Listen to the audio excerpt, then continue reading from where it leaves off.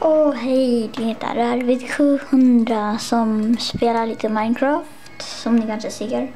Jag var startat med mitt Minecraft, ups. Ja, men jag spelar in i alla fall. Och se gärna på PSPDMC. Se. Och vi ska inte se. Och 1.7.2 har ju kommit. Eller alla de har kommit. Och så har det kommit några nya saker. Jag ska se på Beef 700-kraft i appen som min Beef-server. Det var den inte. Då kan vi köra på. Vi kan köra på nyspelarvärld. För att visa de nya sakerna. Nej, det är den som jag skulle köra på.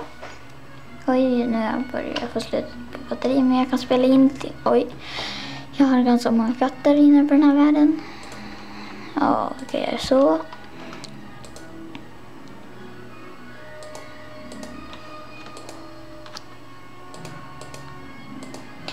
Ja, nu håller jag på att ta fram allt det nya glaset. Eller det färgade glaset. Vi kan börja med de här. Vi har orange, tror jag. Gul, tror jag. Brunt. Mörkgrön. Eller kaktusfärg typ. Nu får du sätta dig. Och så har vi rött. Och så, så har vi svart. Så har vi turkosblått. Och så har vi grått kanske. Det har varit grå, tror jag. Och så har vi rosa.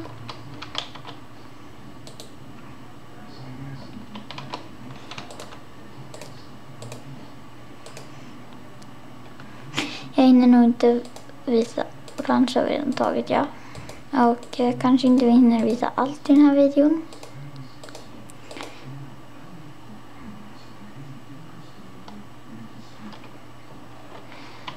Limegrön, blått och lila.